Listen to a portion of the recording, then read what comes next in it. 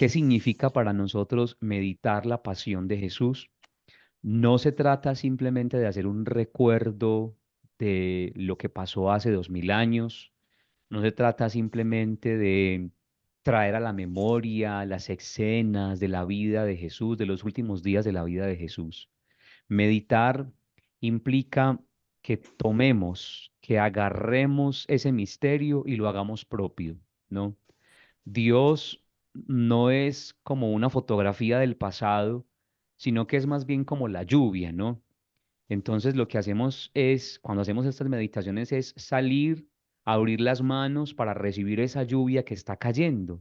El misterio de Dios no es para conocerlo, sino para beberlo, para comerlo, para alimentarse de él, para mojarse de él, para olerlo, para probarlo. Esta tarde hice una meditación muy bonita también sobre la Pascua en Radio María y decía que la Pascua nos pone a funcionar todos los sentidos. O sea, para hacer memoria del misterio de Jesús, Dios nos pide que pongamos como a funcionar todos los sentidos. Entonces, miren, por ejemplo, lo que dice el relato de la Pascua, el relato de la cena pascual de Jesús. Jesús dice, tomen y coman, tomen y beban. Primero dice, tomen. Cuando celebramos la cena del Señor, el Señor nos dice, tomen, tomen, tomen, agarren en sus manos, tomen, agarren en sus manos. Este es mi cuerpo, esta es mi sangre.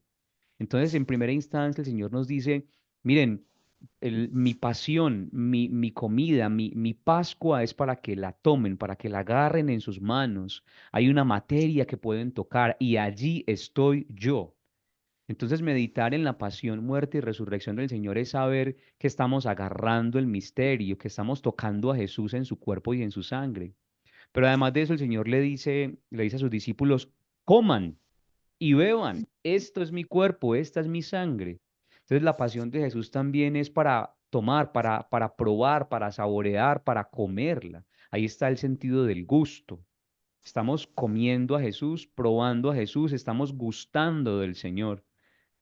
Yo recuerdo que cuando era adolescente mi mamá siempre me decía que la comunión del Jueves Santo es la más importante, era la más importante. Y yo recuerdo que el padrecito de mi parroquia siempre nos daba la comunión bajo las dos especies. Y a mí me sabía tan distinta la Eucaristía el Jueves Santo, sí, porque mi mamá me decía que era la Eucaristía más importante del año. Entonces yo decía, claro, es que como es la más importante, tiene un sabor distinto. Y el padre nos daba las dos especies y uno ahí sentía como, cómo sabía distinto, porque sabe distinto, sabe distinto. Estamos en el día propio, ¿no? Recordando a Jesucristo. Pero también el Viernes Santo la liturgia nos dice que tenemos que mirar a Jesús, contemplarlo, contemplar a Jesús. Y de hecho hoy, el texto que leíamos hoy, lunes santo, de Isaías, decía, miren a mi siervo, mirad a mi siervo, ¿no?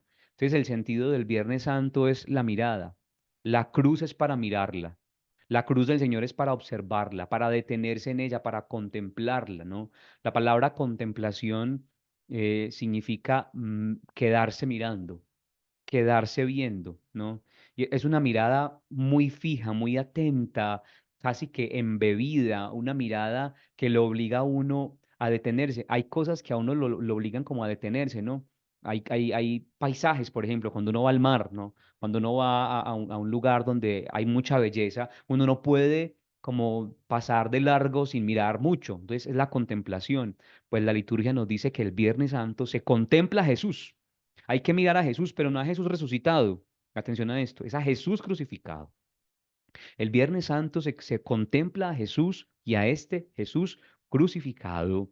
Eso es muy importante, porque yo sé que la cruz no es lo más taquillero y no es lo que más nos gusta mirar de Jesús. Preferimos mirar su resurrección, preferimos al Jesús vestido de blanco, elevándose al cielo, o al Jesús glorioso, al Jesús que se manifiesta en Pentecostés, pero nos cuesta mucho mirar a Jesús en la cruz. Y tienen ustedes que saber que de contemplar la cruz, de contemplar la cruz, viene nuestra sanación. La cruz se parece al estandarte del Antiguo Testamento. la serpiente de bronce. Tal vez ustedes recordarán la escena del Antiguo Testamento. El pueblo de Israel estaba pasando por una crisis, por una plaga de serpientes a causa de la quejadera que siempre cogían con Dios. Y entonces Moisés le dice al Señor, Señor, nos estamos muriendo, hay una plaga de serpientes, ¿qué vamos a hacer? Y Dios le dice, levanta una serpiente de bronce y ponla en un estandarte, y todo el que mire esa serpiente quedará sanado. Y cuando Juan lee este texto del Antiguo Testamento que está en Números, Juan dice, así como la serpiente fue levantada, así va a ser levantado el Hijo de Dios, ¿no? Y ese mirarlo a él les va a traer la salvación, les va a traer la sanación. Por eso el canto de entrada de la adoración de la cruz el Viernes Santo es el siguiente. Mirad el árbol de la cruz, mirad el árbol de la cruz, donde estuvo clavada la salvación del mundo.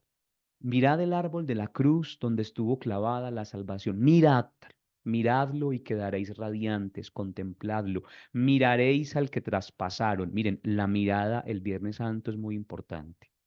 Detenga su mirada y avergüéncese. Avergüéncese de ver a Jesús escarnecido.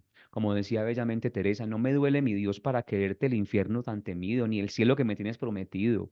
No me duele, no me duele. Me duele verte clavado en una cruz y escarnecido, ¿no? Eso es lo que más me duele, ¿no? No detenerme en mirar tus llagas, en mirar tu dolor, tu amor derramado en la cruz por mí. Entonces el viernes es un día para mirar, para contemplar, pero no cualquier mirada, no la mirada morbosa que a veces tenemos en las películas, sino la mirada contemplativa. Eso que está sucediendo allí el Viernes Santo es por usted, es por ti, ¿no? Desde la cruz el Señor te dice, es por ti, que no sea una mirada desprevenida del misterio, es una mirada atenta, es por ti que Él está sufriendo todo esto. Toda sanación, toda consolación que te llegue en la vida, toda sanación, toda palabra que te llegue del cielo, toda presencia de Dios que puedas experimentar, te viene por esa cruz, te viene por esa cruz. Todo dolor que ha sanado el Señor en tu vida, toda consolación, toda paz que recibes, toda la sanación, toda la acción de Dios, cada palabra que llega a tus oídos, cada acto de amor que tú saboreas, que tú pruebas, que tú experimentas, viene de esa cruz, es fruto de esa cruz de Jesucristo. Por eso no hay que temer avergonzarse mirando a Jesús en la cruz, ¿no? Entonces el Viernes Santo es un día para mirar, pero el sábado, el sábado es un día ¿para qué? El sábado es un día para hacer silencio. Entonces, allí se pone en función un sentido que es el sentido interior, lo que llaman por ahí el sexto sentido, que es un silencio interior. Para que haya ese sexto sentido se necesita como una calma interior especial, una calma interior especial. Es la calma del sábado santo. No está el amado. El amado duerme, ¿no? Incluso decimos en la tradición cristiana que desciende a los infiernos. Jesús baja el sábado santo a los infiernos. ¿A qué? A despertar a todos los que han muerto, a despertar a todo pecador. Desde el principio de los tiempos, desde Adán despierta a todos los pecadores. Entonces el sábado se pone a prueba nuestro sentido interior, que es el silencio. Por eso la mañana del sábado es una mañana muy silenciosa, ¿no? Para acompañar a María en su dolor, en su silencio. ¿Qué tenemos nosotros para decirle a María sobre su hijo? Que ella no sepa. No tenemos cómo consolarla, ¿no? Decimos, para consolar a María, ¿qué vamos nosotros a consolar a María, Dios mío? Si antes ella es la que nos consuela a nosotros en medio de nuestras penas. Ella es la que sabe consolarnos. El sábado es un día, una mañana de silencio. Pero en la noche se pone a prueba otro sentido que es el de la escucha. Y por eso la Pascua es una Pascua larga. La vigilia pascual es una celebración larguísima, donde se leen 14 lecturas del Antiguo Testamento, del Nuevo Testamento, y es toda una celebración donde la escucha es lo primordial. ¿Por qué? Porque para poder encontrar al resucitado hay que aprender a escucharlo. Para tener una experiencia de resurrección es importantísimo escuchar a Dios. Miren, si usted no escucha a Dios, no va a entender nada.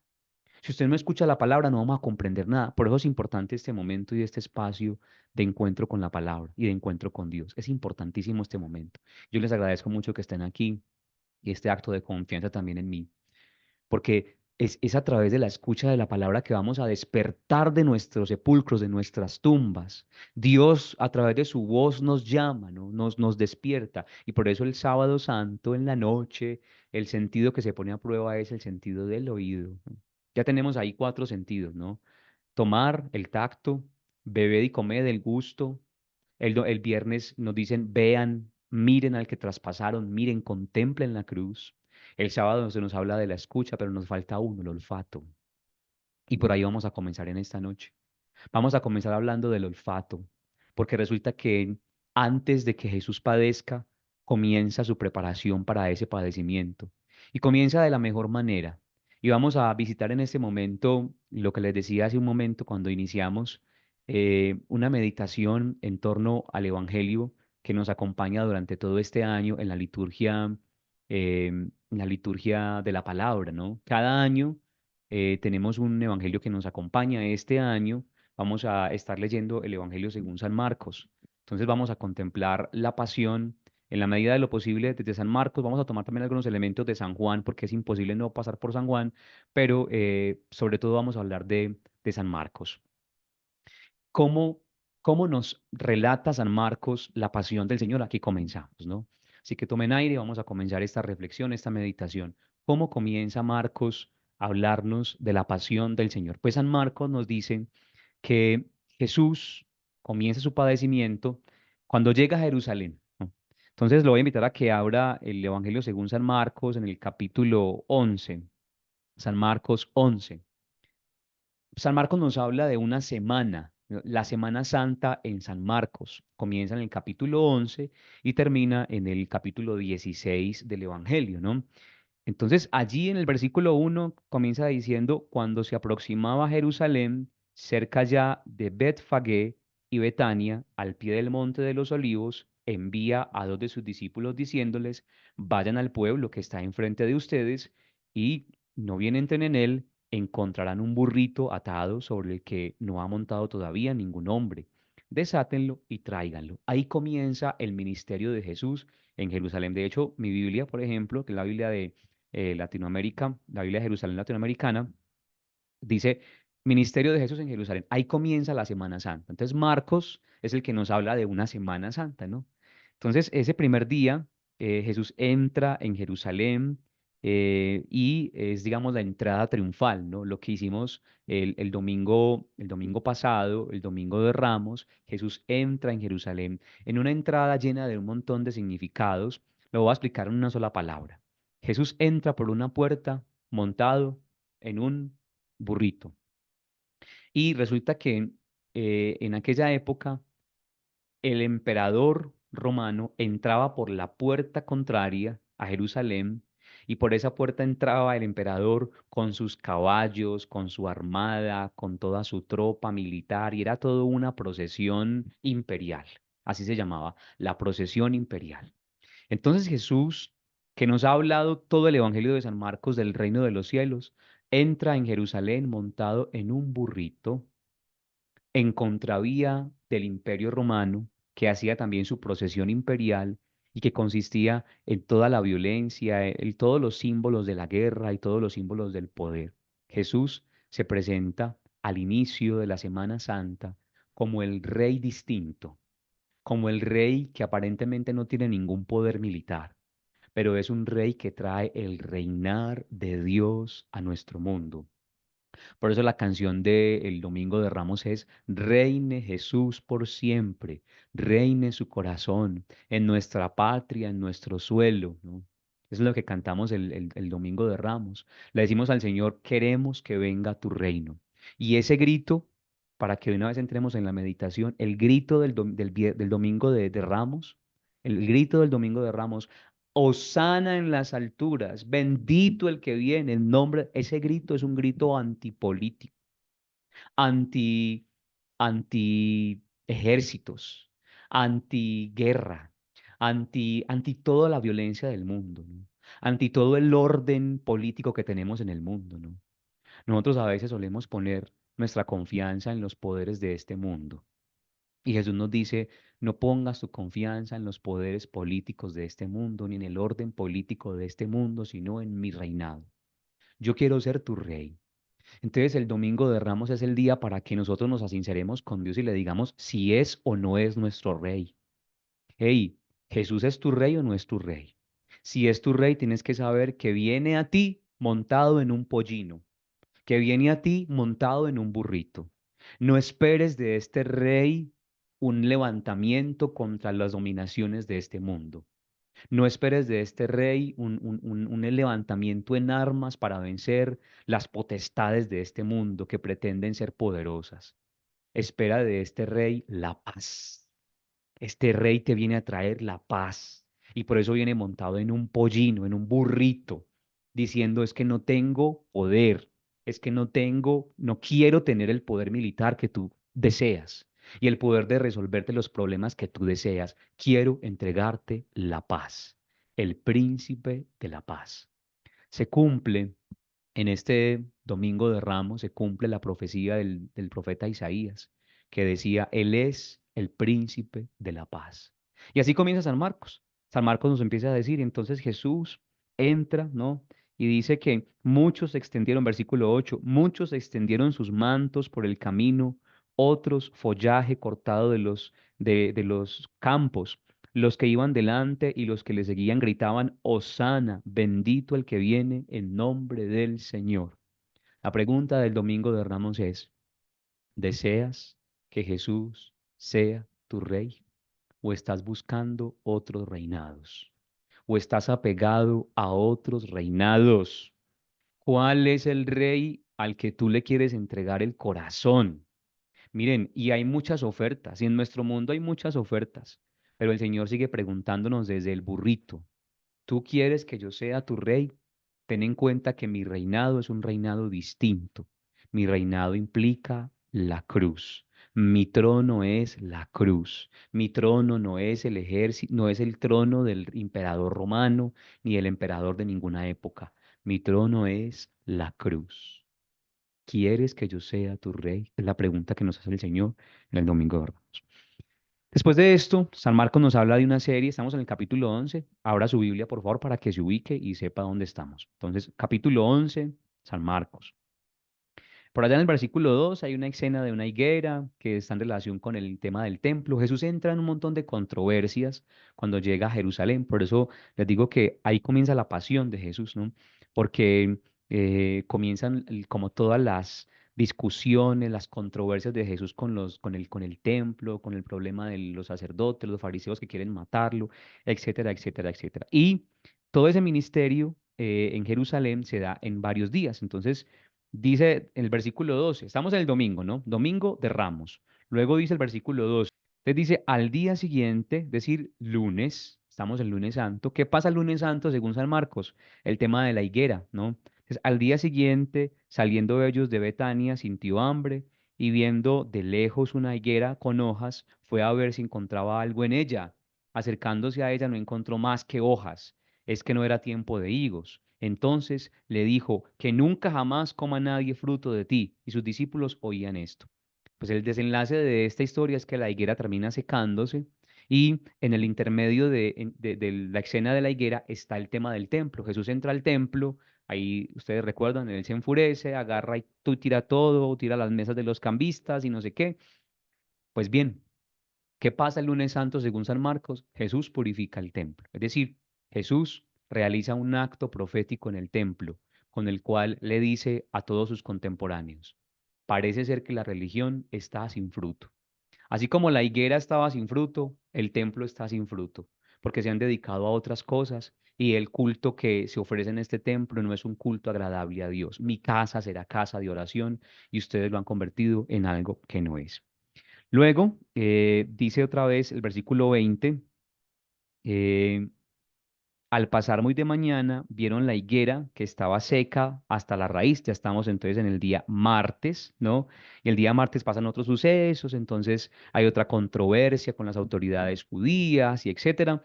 Y digamos como una serie de, de encuentros de Jesús difíciles con los sacerdotes y los fariseos del templo, sobre todo con los sacerdotes. Luego, el miércoles, vamos al capítulo 14. capítulo 14, versículo 1.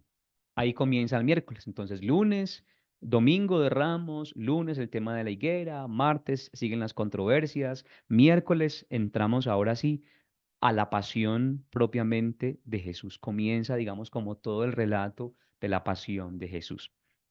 ¿Cómo comienza? Dice el versículo 14. Creo que por acá tengo una diapositiva para eso. Entonces aquí dice el versículo 14, capítulo 14, versículo 1.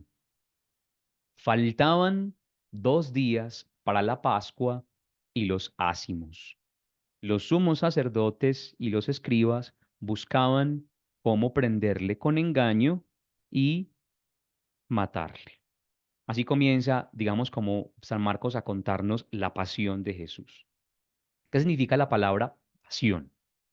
Para nosotros la palabra pasión es como que es muy apasionado, ¿no? Como que tiene mucha energía, como que tiene mucha fuerza, mucho amor, ¿no?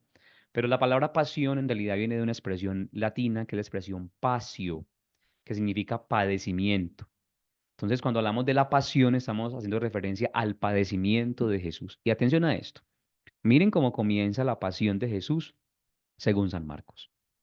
Estando él en Betania, en casa de Simón el leproso, recostado a la mesa, vino una mujer que traía un frasco de alabastro con perfume puro de nardo. Estoy en el capítulo 14, versículo 3. Estando en Betania. Entonces dice, se acerca una mujer con un perfume puro de nardo, de mucho precio, quebró el frasco y lo derramó sobre su cabeza. Versículo 4. Había algunos que se decían entre sí indignados. San Marcos dice que eran algunos los que preguntaban, los que hacían esta pregunta. ¿Para qué este despilfarro de perfume? Se podía haber vendido este perfume por más de 300 denarios y habérselo dado a los pobres. Y refunfuñaban contra ella. Mas Jesús dijo, atención a esto, déjenla, ¿por qué la molestan? Ha hecho una obra buena en mí, porque pobres tendrán siempre con ustedes, y podrán hacerles bien cuando quieran, pero a mí no siempre me tendrán. Ha hecho lo que ha podido, se ha anticipado a embalsamar mi cuerpo para la sepultura. Yo les aseguro, donde quiera que se proclame la buena nueva, en el mundo entero, se hablará también de lo que ésta ha hecho para memoria suya. Palabra del Señor. Gloria a ti, Señor Jesús.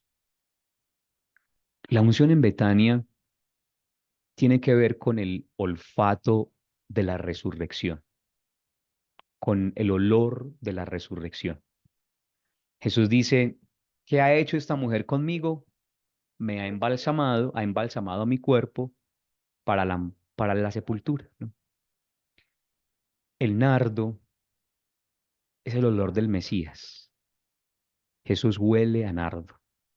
El olor del nardo, no sé si ustedes han alguna vez sentido el olor del nardo. El nardo es el olor de Jesús, el olor del Mesías. Entonces, la resurrección, el domingo, pone a prueba nuestro sentido del olfato. Voy a repetirlo para que no se pierdan. El jueves santo, Jesús nos dice, tomen, este es mi cuerpo. Entonces, esto lo digo es porque para que entendamos un poco que la pasión, el misterio de Jesús se puede tocar, se puede palpar, no es nada abstracto. No hay que hacer mucho esfuerzo para comprenderlo y para meterse en él. Porque Jesús dice, tomen, es decir, agarren, y usted lo agarra. Muchas veces incluso hasta usted comulga en la mano, ¿no? Y cuando se comulga, por ejemplo, con panásimo, agarramos en la mano. Tomen, este es mi cuerpo, ¿no? Beban, es decir, prueben, saboreen. Tomen, toquen con sus manos, pálpenlo, bébanlo, cómanlo, el sentido del gusto, miren al que traspasaron, es decir, miren la cruz, el Viernes Santo es para mirar a Jesús, a quien hemos traspasado, a quien han traspasado todas nuestras maldades. Y el sábado nos dicen, escucha Israel, Shema Israel, Adonai Eloheinu, dice el libro del Deuteronomio, escucha Israel, amarás al Señor tu Dios con todo tu corazón, una de las lecturas que se propone para este día. Y entonces el sábado es la escucha, pero el domingo de resurrección es el olor del nardo. Jesús ha sido ungido antes de la muerte por una mujer que dice el texto, se recordará para siempre. Miren, esto es una cosa muy bonita. Atención a esto que es un mensaje muy lindo. Siempre me llamó la atención el hecho de que a esta mujer que unge a Jesús se le dé como tanta importancia en San Marcos, ¿no? ¿Y por qué?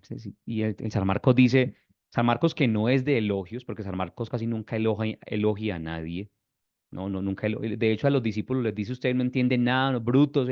San Marcos siempre es durísimo con el discípulo. A esta mujer dice San Marcos que Jesús la felicitó tremendamente y dijo, pues, eh, donde quiera que se anuncie la buena noticia, se hablará de ella. ¿Por qué? Atención que esto es muy importante. Y tiene que ver con lo que les decía del domingo pasado, del domingo de Ramos.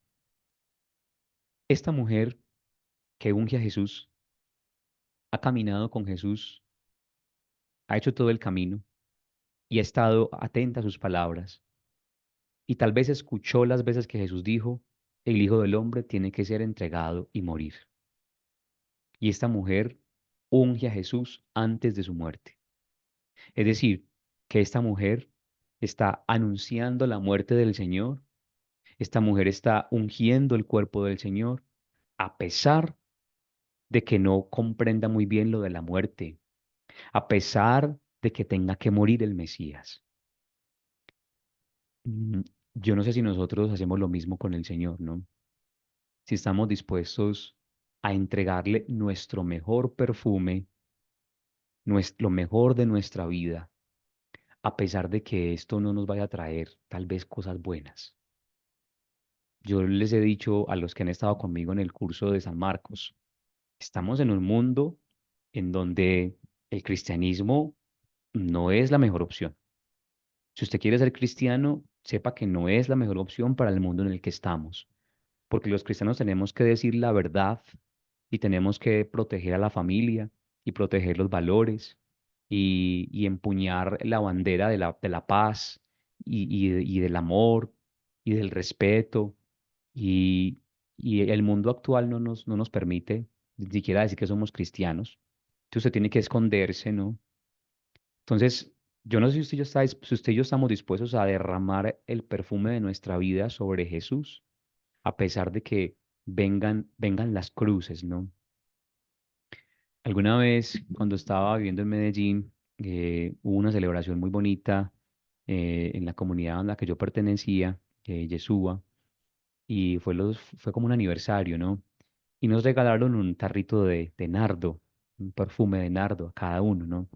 Y yo estaba feliz con ese nardo y yo lo ponía en mi biblioteca y yo lo ponía y lo bajaba y lo olía y yo estaba feliz con ese nardo y yo cuidé ese nardo, ustedes no saben cuánto lo cuidé, ¿no?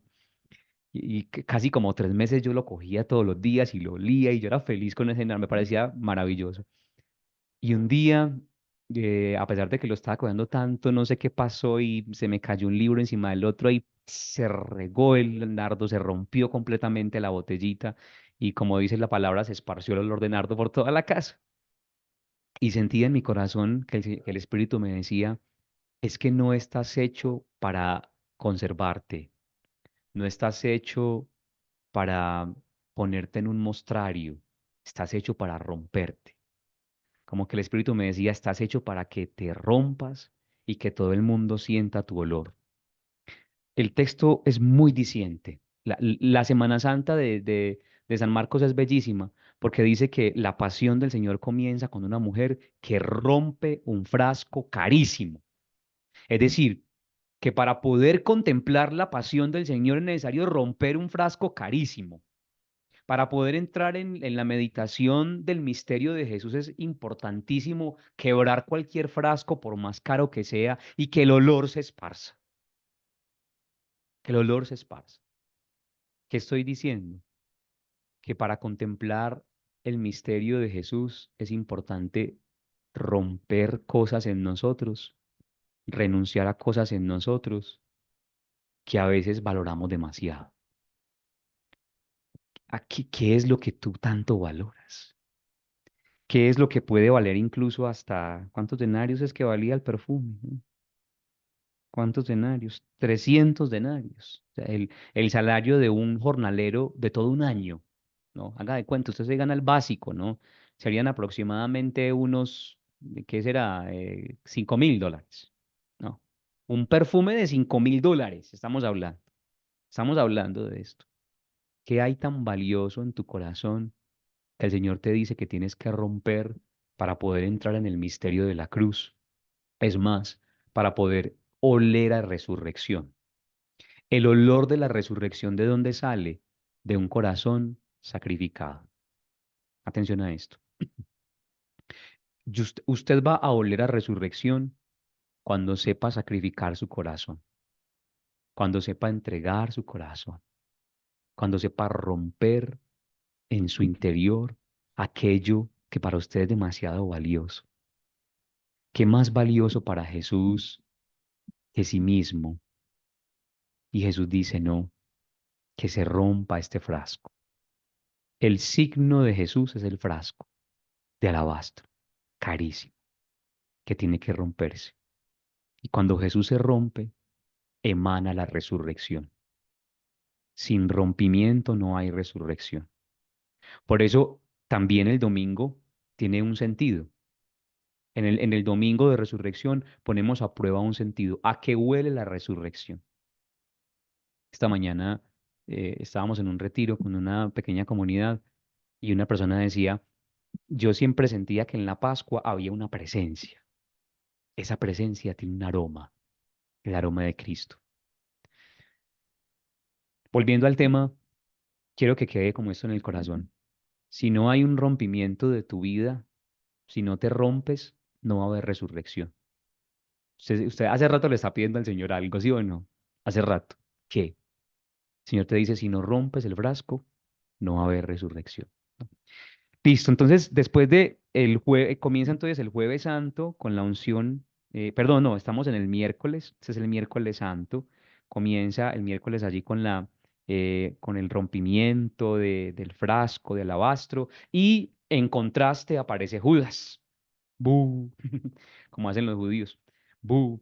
Aparece Judas y Judas ¿qué hace? Quiere venderlo. Entonces el contraste de una mujer que es capaz de romper lo más valioso para entregarlo a Jesús y un discípulo del mismo Jesús que quiere venderlo a él. ¿De cuál de los grupos es usted? ¿De cuál de los dos grupos es usted? Usted y yo seríamos capaces de vender a Jesús. ¿Por qué? ¿No? Y esto es terrible, eso es un examen de conciencia, ¿no? Yo vendería mi experiencia de Dios. ¿Por qué? Miren, el pecado, es que no crea que esto fue un problema solamente de Judas, un pecado de todos los discípulos. Por eso más adelante todos van a preguntarse, maestro, ¿seré yo? Maestro, ¿seré yo? O sea, todos se preguntan si serán ellos. Que eso es terrible, ¿no? Porque es que todos podríamos ser Judas. Y entonces eh, el problema no es solamente de Judas, es nuestro, porque nosotros somos capaces de vender nuestra experiencia de Dios, nuestra experiencia de encuentro con Jesús por cualquier cosita.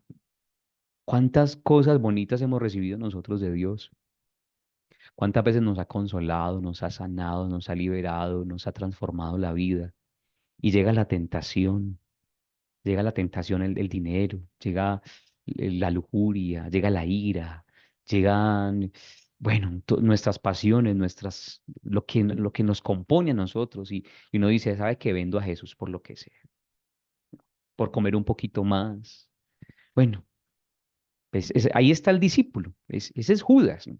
Una mujer le gana a Judas, ¿por qué? Porque la mujer es capaz de romper lo más valioso para entregarle a Jesús. En cambio, el discípulo, el apóstol, el más cercano, el que comparte conmigo el plato, como dice Jesús, me vende, me vende. ¿De cuál de los dos grupos eres tú? Ya llega la pasión del Señor.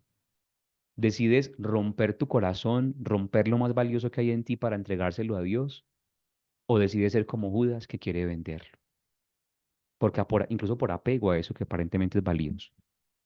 Y ahora sí, entramos en el Jueves Santo.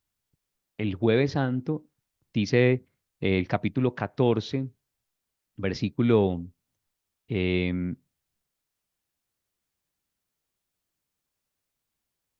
bueno, aquí hay un pequeño resumen. Es una mujer que creyendo en los anuncios de la pasión se adelanta a ungir a Jesús. Es modelo del discípulo porque no tiene prejuicios con la cruz de Jesús. Es decir, que sea lo que sea. Y esa falta, esa carencia de prejuicios se nota en el que es capaz de romper algo muy costoso, así como el mismo Jesús se rompe y emana la resurrección, brota la resurrección. Toda la casa se llena de resurrección. ¿Qué estás dispuesto a romper como esta mujer para que tu casa se llene de resurrección? Tal vez tu orgullo, tal vez tus resentimientos, tal vez tus miedos, tal vez tu cobardía. ¿Qué estás dispuesto a romper y que tú consideras valioso para que emane la resurrección? Bueno, comienza el Jueves Santo. El Jueves Santo comienza justamente cuando dice el texto, el primer día de los ácimos, cuando se sacrificaba el cordero de Pascua, le dicen sus discípulos, ¿dónde quieres que vayamos a hacer los preparativos para que comas el cordero de Pascua, la cena del Señor, ¿no? Estamos en el Jueves Santo. Entonces aquí comienza el Jueves de San Marcos. ¿Y cómo comienza? Pues el primer día de los ácimos. Estas dos referencias, el día de los ácimos y el día de la Pascua, hacen referencia, eso es un detalle, digamos, técnico, pero es importante decirlo también, son dos fiestas que se juntaron, ¿no? Una fiesta, la fiesta del Cordero Pascual, era una fiesta pastoril de pueblos nómadas, ¿no? Que tenían sus ganados, ¿no? De corderos, de ovejas, ¿no? Sus rebaños, más bien sus rebaños. Y entonces, cuando nacían los primogénitos, se sacrificaba el primogénito, o más bien, cuando iban a comenzar como su trajinar, ellos cambiaban de lugares, iban recorriendo, ¿no? Eran nómadas, entonces iban cambiando. Entonces lo que hacían era sacrificar un cordero para pedirle a Dios o a los dioses, porque realmente eran fiestas paganas que después se hicieron, se integraron en las celebraciones del pueblo de Dios. Y entonces lo que hacían era sacrificar un cordero para pedir la protección de parte de Dios. Luego, estas fiestas se fueron integrando con un significado teológico, digamos, en el pensamiento y en el mundo de la fe del pueblo de Dios. Y la fiesta de los ácimos era una fiesta más bien agrícola, ¿no? Entonces los que sembraban justo cuando comenzaba de nuevo la primavera, entonces hacían una celebración que consistía en comer pan nuevo, ¿no? Entonces se celebraba la fiesta comiendo el pan nuevo que nos daba el campo, ¿no? ¿Y cómo se comía el pan nuevo? Pues sin nada viejo, sin ninguna levadura, entonces era el pan ácimo. Entonces dos fiestas que se fueron mezclando y que fueron haciendo parte de la tradición del pueblo judío. Entonces, una fiesta era la de los ácimos, que era toda una semana que comían ácimos, ¿no? Después de la Pascua. Y la otra fiesta era la fiesta de la Pascua, ¿no? El Cordero Pascual, que se celebraba el 14 de Nisán. El 15 de Nisán comenzaba la fiesta, ¿no? Y allí, digamos que el centro era el Cordero Pascual, el Cordero Pascual que se sacrificaba en el templo y demás. Bueno, estas dos referencias, el día de los ácimos y el día de la fiesta pascual, son, digamos, como dos referencias para ubicar dónde sucedió la fiesta. Para San Marcos, para San Lucas y para San Mateo, la cena del Señor tuvo lugar en una Pascua, en el contexto de una Pascua, ¿no? De una cena pascual. Los que de pronto han estudiado un poquitico el tema de la cena pascual judía, saben que es una fiesta, era una celebración llena de de muchos signos, ¿no? Estaba el cordero, también estaba el panásimo, eh, las copas de vino, las hierbas amargas, el relato de la Haggadah Shel Pesach, que es, digamos, como toda la narración de Pascua, etcétera. Allí comenzaba, digamos, como esa celebración. Y lo que nos dice aquí el Evangelio según San Marcos es que lo que sucede en la cena del Señor sucede en el contexto de una cena pascual. Entonces, ¿esto qué significa? Varias cosas. Jesús se presenta la plenitud de la liberación. Voy a decirlo muy sencillamente. Si de pronto voy muy rápido, levantan la mano y preguntan. No tengan ningún reparo en levantar la mano y preguntar desde que tenga que ver con lo que estoy diciendo. ¿Listo? Levanta la mano y pregunta. Cualquier cosa que quieran decir. Jesús se presenta en la cena pascual como el liberador de Israel, ¿no? Y por eso, en este momento es cuando instituye la Eucaristía. Vamos a leer el versículo 22, Marcos 14, versículo 22. Marcos 14, 22, ¿qué dice? Y mientras estaban comiendo, tomó pan, lo bendijo, lo partió y se lo dio diciendo, tomen, este es mi cuerpo, tomando luego una copa y dadas las gracias, se la dio, se la dio y bebieron todos de ella. Y les dijo, esta es mi sangre de la alianza, que es derramada por muchos. Yo les aseguro que no beberé del fruto de la vid hasta el día en que lo beba de nuevo en el reino de Dios. Estamos ubicados en el Jueves Santo de San Marcos. ¿Qué sucede en este jueves? Jesús resignifica la cena pascual y la convierte en la cena del Señor. ¿Y qué nos dice Jesús? Esto es mi cuerpo, esta es mi sangre. El sentido pleno del Jueves Santo está en que el pueblo de Dios entienda que ese pan es Jesucristo.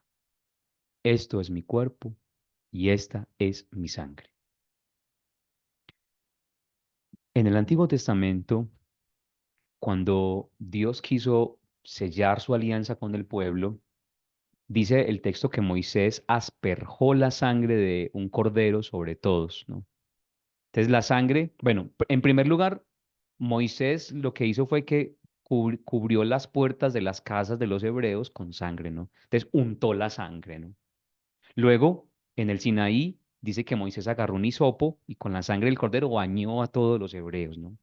Y de hecho los judíos cuando tenían el templo se reunían el día del Yom Kippur y en el día del Yom Kippur, ¿qué hacían?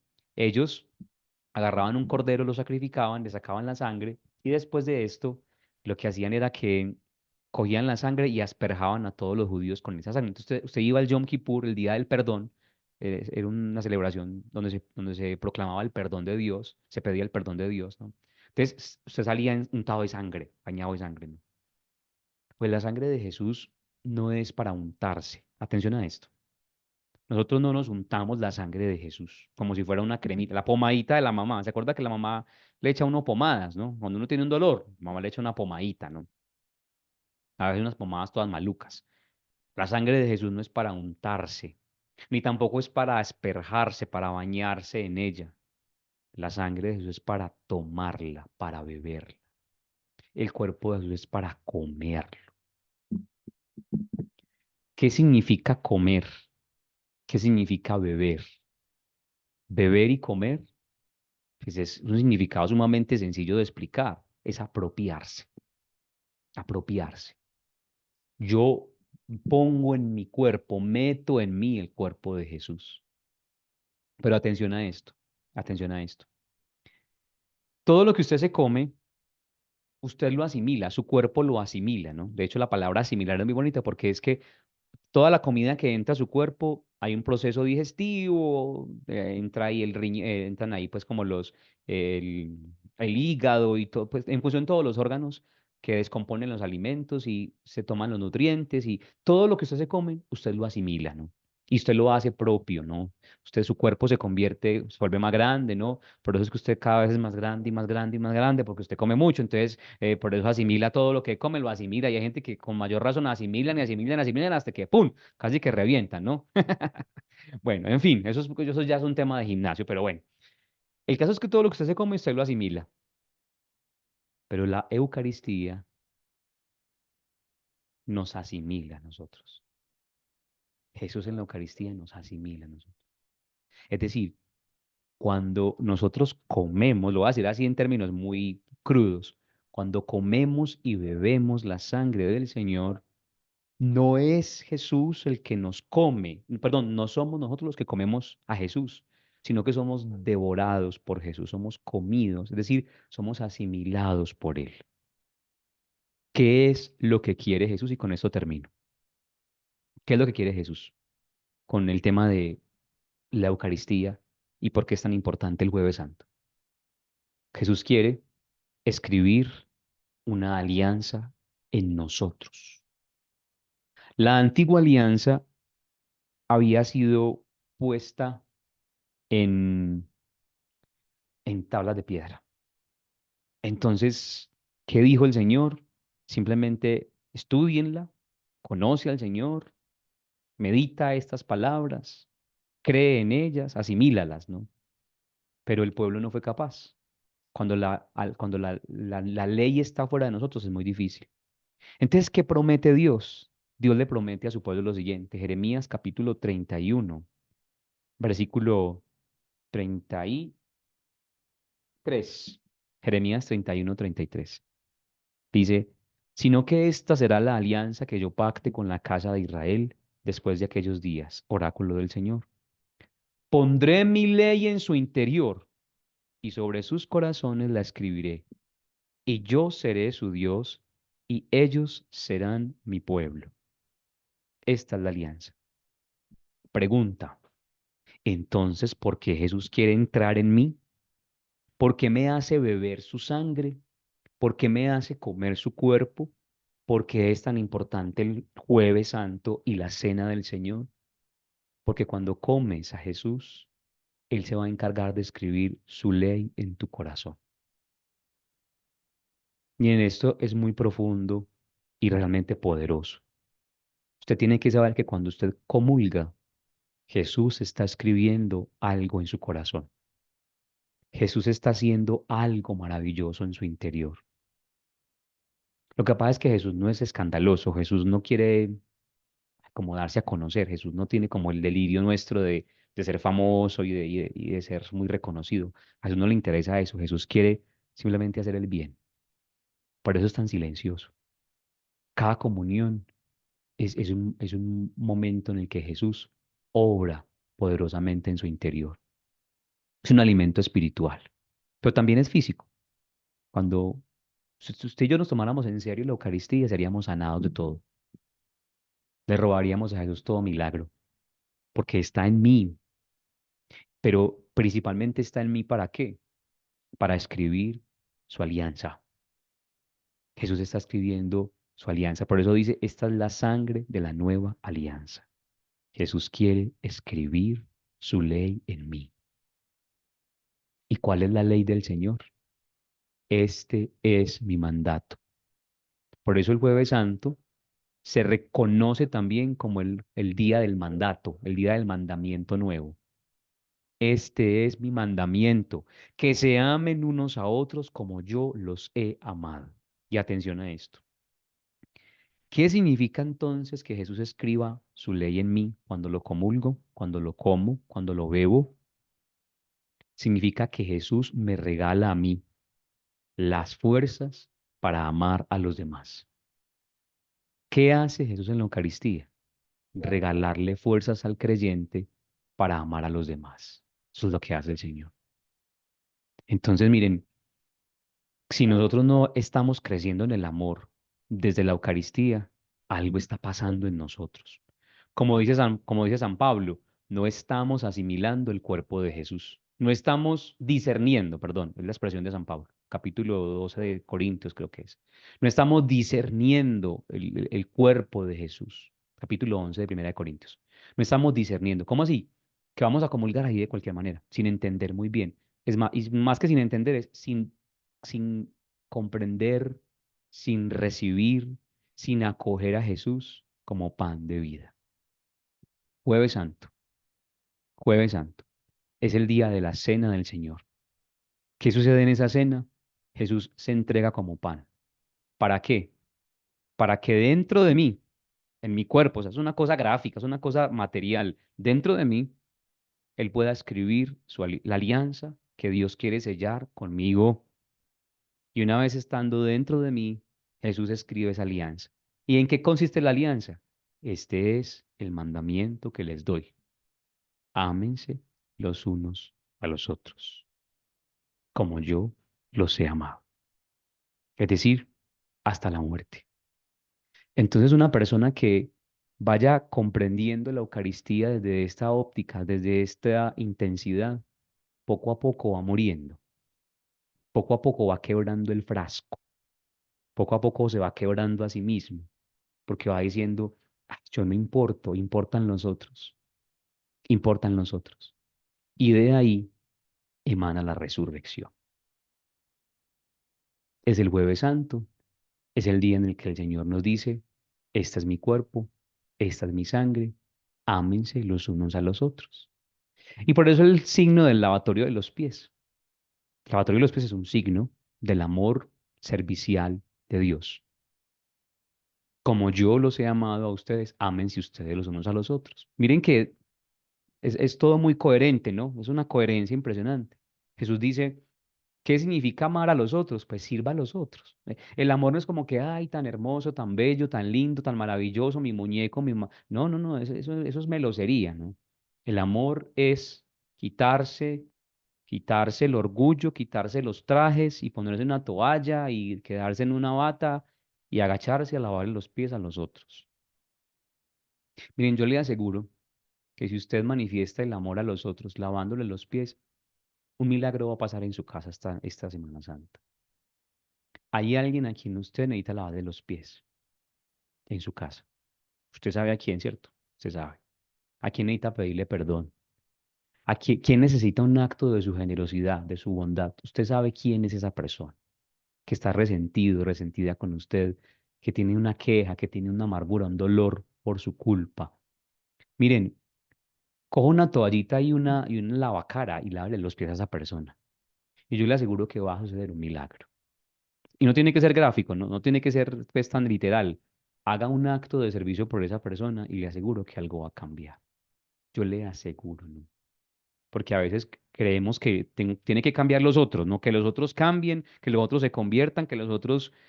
Y yo no transformo nada en mí, pero Jesús nos dice que es al contrario. Si el Señor, si yo siendo el Señor y el Maestro de ustedes, les he lavado los pies, hagan ustedes lo mismo unos entre otros. Lávense los pies los unos a los otros y demuestren amor los unos por los otros como yo lo he demostrado. Terminemos orando. Amado Señor, te alabamos, te bendecimos, te damos gracias. Tú te has entregado a nosotros y estás en mí. Yo te siento en mi corazón, Jesús. Siento que palpitas en mí, siento que vibras en mí. Yo siento, Señor, que estás en mí como escribiendo la ley, como transformando mi orgullo y mi vanidad. A través de esta palabra, Señor, sé que estás escribiendo en mí algo maravilloso. Yo te pido, amado Jesús, que me des la gracia de romper todo frasco de alabastro que haya en mí. Es decir, que se rompa en mí lo que yo he considerado tan valioso y que a la larga no lo es, porque lo más valioso eres tú, Señor. Yo te pido, amado Señor, que me des la gracia de comulgar tu cuerpo y tu sangre discerniéndote, conociéndote y amándote, para que tenga vida, vida plena, vida en abundancia. Ven, Señor Jesús, aliméntanos con tu cuerpo y con tu sangre, y haz tu obra en nosotros. Gloria al Padre, y al Hijo, y al Espíritu Santo, como era en el principio, ahora y siempre, por los siglos de los siglos. Amén. En el nombre del Padre, y del Hijo, y del Espíritu Santo.